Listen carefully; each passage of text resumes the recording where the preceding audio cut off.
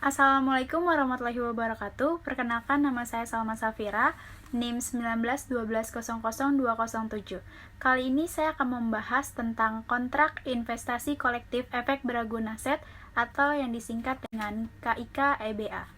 Kontrak investasi kolektif efek beraguna aset adalah kontrak antara manajer investasi dan bank kustodian yang mengikat efek beraguna aset, di mana manajer investasi diberi wewenang untuk mengelola portofolio investasi kolektif dan bank kustodian diberi wewenang untuk melaksanakan penitipan kolektif.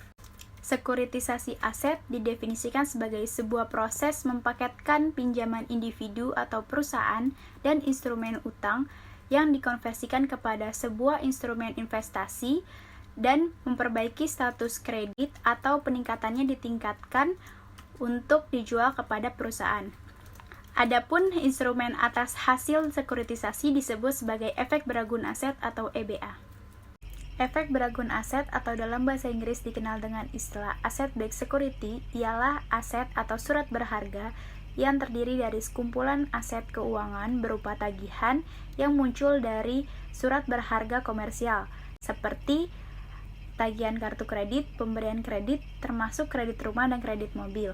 Dalam prosesnya, kreditor awal mengalihkan aset keuangannya pada para pemegang efek beraguna aset, dan aset keuangan yang dikumpulkan menjadi satu ini kemudian menjadikan aset yang kecil dan tidak berharga menjadi bernilai. Keunggulan efek beraguna aset. Yang pertama adalah biaya dana yang murah. Para penerbit efek beraguna aset akan mengeluarkan biaya yang lebih kecil atas meningkatnya rating atas kualitas piutang yang dijaminkan. Yang kedua adalah efisiensi penggunaan modal. Dengan adanya efek beraguna aset, maka struktur neraca perusahaan akan semakin besar daya ungkitnya. Dan yang ketiga adalah diversifikasi sumber pembiayaan, bukan hanya berasal dari perusahaan besar, namun juga dari perusahaan yang kecil.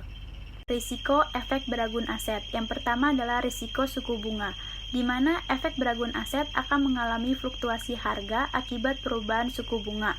Yang kedua adalah pelunasan lebih awal atau early call akan mempengaruhi yield yang diterima bila terjadi pelunasan lebih awal. Dan yang terakhir adalah resiko gagal bayar. Pemegang efek beraguna aset akan mengalami kerugian apabila debitur dari aset jaminan mengalami kebangkrutan atau tidak mampu membayar bunga dan pinjaman pokok.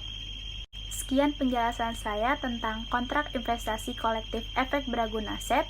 Kurang lebihnya mohon maaf. Saya ucapkan terima kasih. Wassalamualaikum warahmatullahi wabarakatuh.